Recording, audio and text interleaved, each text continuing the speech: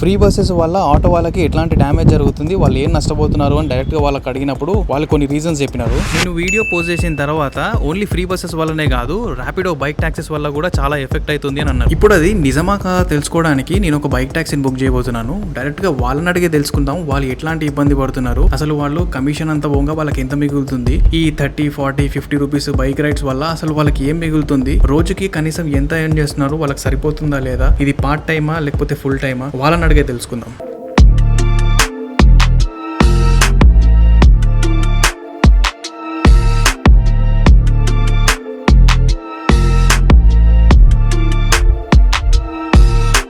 ఇప్పుడు నేను bike taxi book చేయబోతున్నాను.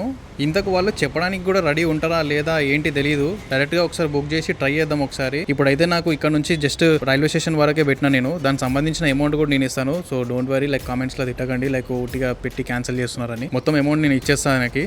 చూసుకోండి వస్తుండు. ఆయన అడిగే తెలుసుకుందాం ఎట్లా ఇబ్బంది పడుతున్నారు, ఎట్లా కమిషన్స్ పే చేస్తున్నారు, వాళ్ళు రోజుకి ఎంత పని చేస్తున్నారు, వాళ్ళని అడిగే తెలుసుకుందాం. బుక్ చేసి ఒక 2 minutes అవుతుంది. ఇంకా దగ్గరలో ఉన్నాడు, వస్తున్నాడు. ఆల్మోస్ట్ లైక్ 100 meters వరకు అట్లా ఉండొచ్చు. చూద్దాం ఏమవుతుందో. వచ్చేసిండు మన రైడర్, ఆయన అడిగే తెలుసుకుందాము. అన్న ఇప్పుడు మీకు వచ్చిన అమౌంట్ నేను ఇచ్చేస్తా, ఇబ్బంది ఏం లేదు. మీకు ఎంతైతే చూపిస్తుందో అంత. నేను ఇంతకుముందు ఆల్రెడీ ఆటో వాళ్ళని అడిగినప్పుడు వాళ్ళ మీద ఒక వీడియో తీసిండే, అంటే మీకు ఎట్లా ఫ్రీ బస్సెస్ వల్ల ఎట్లా ఇబ్బంది అవుతుంది ఏంటిది అని. ఇప్పుడు ఈ బైక్ ట్యాక్సీస్ వల్ల మీద కూడా వాళ్ళకి ఎఫెక్ట్ ఉంది అని వాళ్ళు అంటున్నారు. దాని గురించి మీరేమంటారు?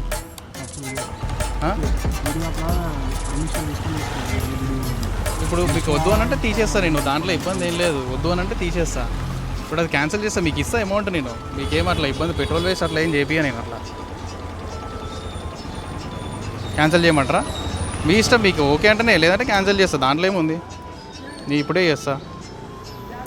నేనైనా మీకు అగెన్స్ట్గా చేస్తలేదు నేను, ఇది మీకు సపోర్ట్ చేయడానికే చేస్తున్నా. పికప్ లొకేషన్ బయటకు పోతే వస్తుందా? వస్తలేదు ఇక్కడ. క్యాన్సిల్.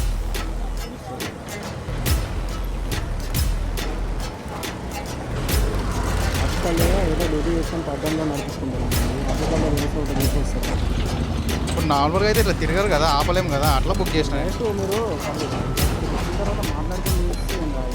ఇప్పుడు నీ తీసేస్తా, వీడియో తీసేస్తాను.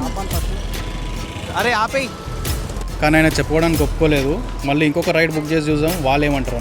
నేను ఇంకొక బైక్ ట్యాక్సీని బుక్ చేసిన. ఇప్పుడు ఈయన ఒప్పుకుంటాడా లేదా ఒకసారి ఆయన అడిగే చూద్దాం. ఒకవేళ ఒప్పుకుంటే చూద్దాం, లేదంటే మళ్ళీ ఇంకోటి బుక్ చేస్తాం. वीडियो निकाल रहे, आपको दिक्कत नहीं है तो निकालते, नहीं तो डिलीट कर देते. तो टॉपिक क्या है बोले तो ऑटो वाले जो भी फ्री बसेस वो सबसे ऑटो वालों को जैसा भी नुकसान हो रहा है ना, वैसा ये बाइक टैक्सीज के बारे में हो रहा बोल के ऑटो वाले बोल रहे थे.